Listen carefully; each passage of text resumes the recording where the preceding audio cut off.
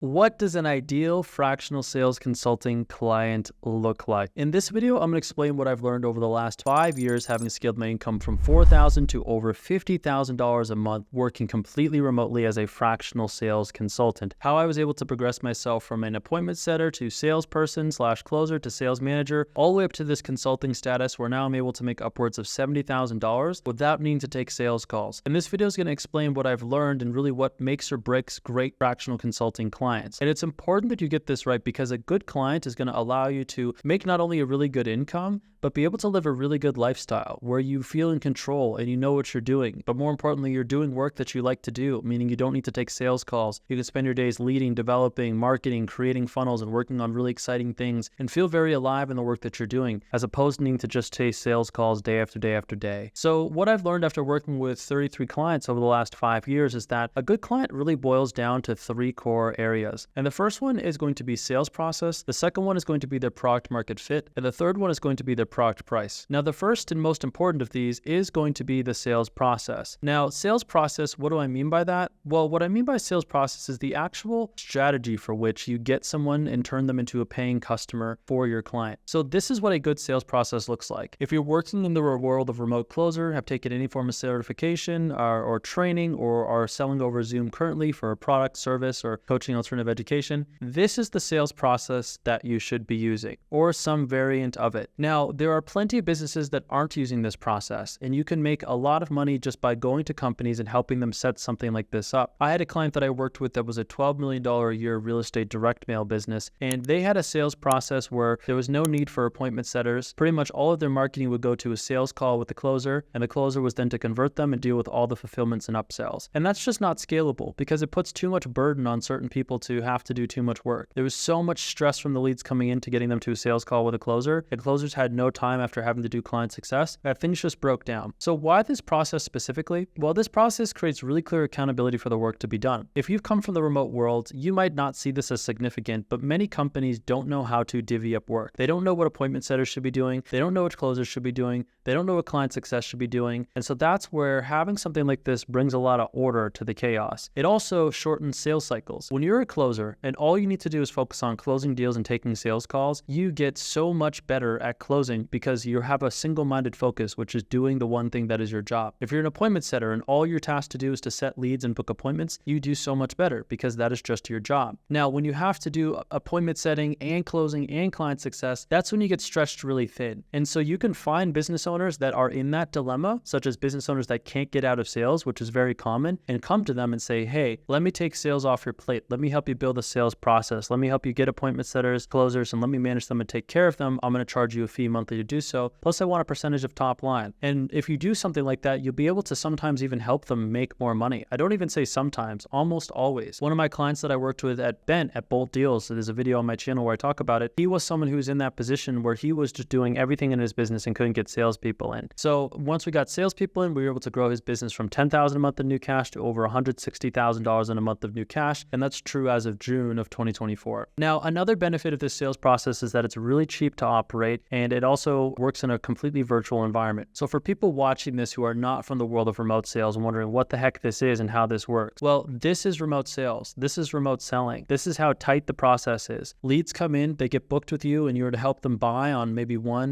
2, or maybe 1 call, potentially 3 call closes, and convert them into a customer. This is the complete epitome of enterprise sales, where you have one hyper-intelligent salesperson who's supposed to carry the full sales cycle. You know, maybe they're compensated well when the deal closes, but some of those are going to relate to the ideas I talk about later on, such as product market fit. But you can build a completely virtual sales team, which means you can manage it completely virtual, preventing there to be overhead and other costs that go into it, which keeps it really cheap. Now, the tech that you would use to operate something like this, the best CRM in my opinion is Close. The best place for company docs and IP is going to be Google Admin, or kind of Google Cloud Suite, using Stripe for payment processing and Slack for company communication. Quite literally, that is all you need to make hundreds of thousands to millions of dollars a month in our new day and age. If you use this process properly, that's all that that is needed. Now, the staffing requirements. Ideally, you should have 2 closers taking 25 calls a week, 45 minutes each, and 1 setter. Now, the only time that you'd want to have more setters is if you don't use what is called the direct booking. So what do I mean by direct booking? Direct booking means someone can come from the ad and schedule themselves with the salesperson right away. Now, I'm going to talk about why that's possible and how you do that later on in this video. If a lead can't book themselves on with the closer, like just saying, hey, I actually want your product or service, then you're going to want to put in more appointment setters because everything is going to have to flow through the appointment setting team to find their way onto a closer. And you can see there's a lot more steps that go into that. Now, another rule of thumb to know is that client success, if a business doesn't have one, they should. A client success person should handle roughly 70 clients. So for every 70 clients, there should be 1 client success person taking care of them. Now, I'll talk later on about price point because your product needs to be expensive enough so that way your closers can make money and your client success can get paid all within 70 clients worth of money, because if you have a client success on retainer and closers on commission, you have to be able to sell enough of this for the business to be flowing cash as opposed to getting locked up at client success. And that is exactly why you don't want to do enterprise sales, is because enterprise sales doesn't typically have that. After 1 client, maybe 5, in some cases 10, client success is stuck. Client success is whatever is needed to fulfill on the product. If you're an enterprise cloud software, then you have to build the product for your customer, which question becomes, how many customers can you take care of? How many customers can you build for? Probably very few. But what you can do is you can charge a recurring amount, right? And get LTV or lifetime value from a client, which is great. But your job as a salesperson becomes practically irrelevant after that 1 or 2 people buy your product or service. So this is where you want to stay in industries that can be sold with this sales process. Now we talk about traffic sources, which is how exactly you get leads. I've put a joke here to the matrix if you know where I'm coming from. If you know, you know. But the best traffic sources are going to be meta ads and YouTube ads. The reason why I like meta ads is because the feedback loops are really tight. If you run image ads, you can see almost within a 5-hour window which one's going to perform and which one isn't. If you're running YouTube ads, you can get a lot of scale because YouTube and Google has such a huge grip over the internet that they know where your customers are even before it serves them up impressions. This is the sales process, and I like to call this the marketing aligned selling process. So if a business is selling with this, that's the first qualifier. The next thing is going to be the product market fit. Now, the best way to think about product market fit is just how much demand is there for a product and how well is the business at selling that product to people who want it. So general rules of thumb is that a good product, a good market to be in is one where the total number of customers is over 10,000. The reason being is because you have to be able to run ads to those people. If there's less than 10,000 people, then it's really hard to run ads to them because, they might not all be on social media at the same time, or they might be spread out all over the globe. And so it's going to be really expensive to get the attention of them. And you're better off doing a direct to market strategy. That is why you see some of the end-to-end sales teams, which are cold callers that call out to businesses, or enterprise sales where you need to approach companies directly, or cold email and all these other strategies, because the only way to get attention of those potential customers is to contact them directly because it's too hard to run ads to get their attention. The other question becomes, can you sell 30 plus units of this product a month? So if your client success can hold 70, then roughly in 2.5 months, your client success team will be maxed out. You want to be able to sell 30 of them in a month because you're going to have clients who churn, some clients who finish, some clients who don't engage. And so you need to keep the cash flowing. That's why you want 30 plus in a month. Now, the other qualifier is going to be how much of this product has the business sold. The business should have sold $1 million or more of the product. The reason being is because if they haven't, the business most likely isn't matured enough or evolved enough to be able to support selling 30 units of it. If you've done over $1 million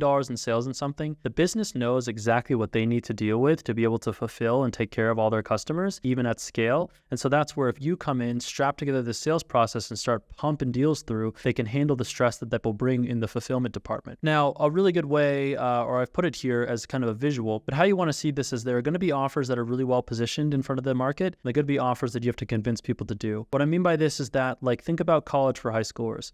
High schoolers or people like typical consumers grow up believing that college is that thing that they need to be able to make more money. The desire is to make money and have a successful career. What people believe without you having to convince them is that college is the way to do that. And college is right in front of the desire, right? So it's really easy to sell. And that's why college has a total addressable market of well over 10,000. They take in more than 30 students a month or more than 30 students every semester. They make multiple millions of dollars a year. So that is a prime client. If you can find a college, institution, or university, strap this sales process into place. Contact potential students who are considering, figure out if they're financially qualified, if they hit the intelligence requirements, get them on a sales call and then enroll them, right? So that's how you can kind of qualify a client just like that. Or if you have a real estate direct mail company, okay, you have a ton of leads, you're going to call them to see who can buy large mailing campaigns, put them on a sales call and convert them. Now, can you fulfill? Yes, because it's letters. You just have to print letters and put them in the mail. Can you do more than 30 of those in a month? Most likely, if you have mailing houses and all that stuff locked in. So this is what it means to kind of have a good product market fit. How wide the desire is, the total total addressable market,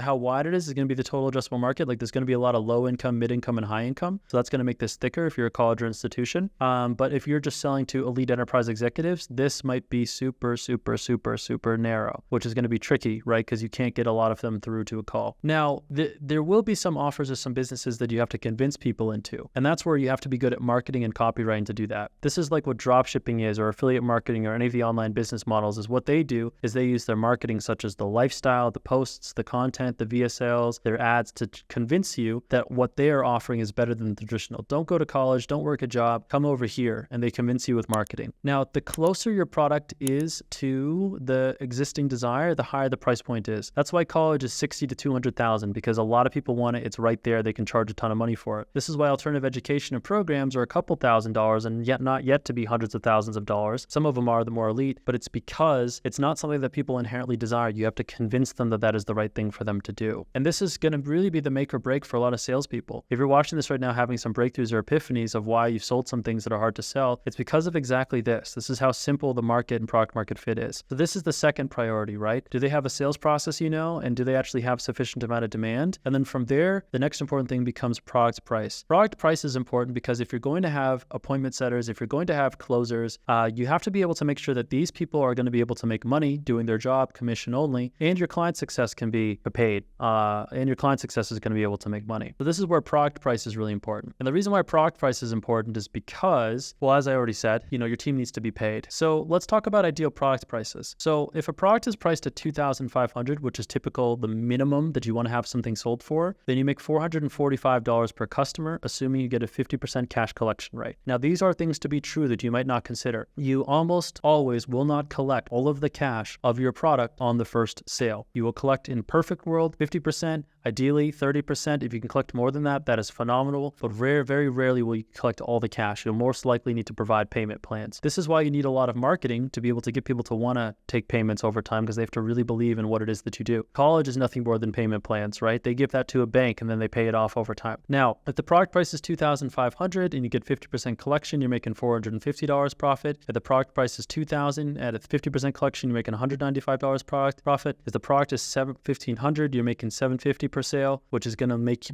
mean you lose money to acquire a customer. Now, you might want to ask the question, how is it that you actually lose money in acquiring a customer? Well, the thing is that it costs money to get a customer. You have to spend money to make money. You have to spend money on marketing, advertising, and costs of goods sold to be able to get someone to buy your product. The name of the game is figuring out what you can sell them at a cost cheaper than it is for you to get them into your ecosystem and get them to buy. So in a perfect world, if you're running Facebook ads, so the traffic source, these all connect together, okay? So you've got your traffic source, which is where you get leads from. Your traffic is going to be the market. Your market is going to look like this. Your ads and your marketing are going to be pretty much these lines to get people to an offer. This is going to be, your offer / top of your sales process. So how much does it cost for you to get in front of people? The larger the market is, sometimes it's cheaper to get the attention of people there because there's just so many more people that you can get the attention of. The smaller the market is, the more expensive it becomes. Also, if you are better at making ads and marketing, it will become cheaper as well, just because you have stuff people want to see. Now, I know I'm going really fast with this. If you guys get lost, definitely watch the video over, because all of these things hit directly home. You need to know and master these things if you want to succeed as a fractional sales consultant. So let's talk about traffic sources. In a perfect world, you might pay $15 per 1,000 impressions, meaning you have an ad that has some virality. So how much does it cost you to put an ad to 1,000 people who are in this desire? Maybe, $15. From there, you're going to get a 1.5 click-through rate, which is going to bring your clicks to probably, $1.50 per click. Not probably, $1.50 per click. And then, or assuming you get $1.50 per click, is going to produce you a $10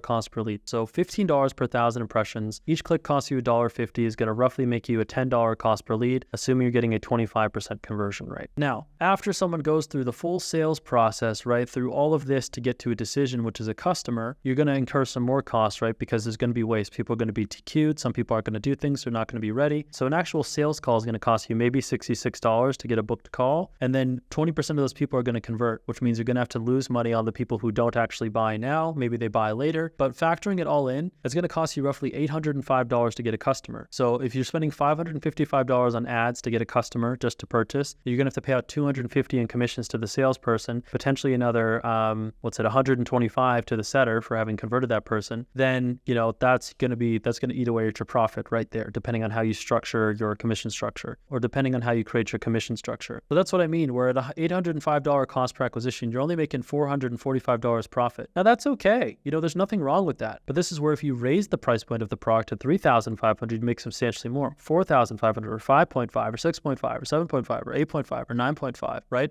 When you put it like this, you realize why colleges and institutions make so much freaking money is that their cost to acquire a customer is darn near nothing because they don't even have to run ads. People just want it. And this is how you become a grand scale marketer. Think about big brands, right? Apple doesn't need to run ads to sell iPhone. You just know the iPhone is the thing to buy. Microsoft doesn't have to run ads to sell Windows. You just know that that is the thing you have to buy. And so this is kind of the salesperson. This is your role as a fractional sales consultant, is to put all of these things into perspective and use that to make money because it's actual opportunity. This is how you penetrate a market and make money in sort of the new age fashion. And so this is what an ideal client looks like as a fractional sales consultant. You want to take all these things into perspective and combine them with what you know about marketing and how, the economy works at large, tie that all home and begin to, rake profits, helping people with their sales team, selling products for a high price point. So if this video makes sense and it resonates with you and you're curious of what to do now, okay, this makes sense. I kind of wrapping my head around it. If you're lost, watch it again. If you're inspired and you want to take the next step in learning more, down below there's going to be a free guide where I show you exactly how to go out to the market and find a fractional sales consulting client under the radar, meaning you don't have to scream on social media. The model looks a bit like this. I don't want to spoil it and give it all away, but click the link down below to get access to the free resource and start going out there and finding clients. Opportunity is sitting there. You just got to go and get it. So go after it, make it happen, and I'll see you guys in the next video.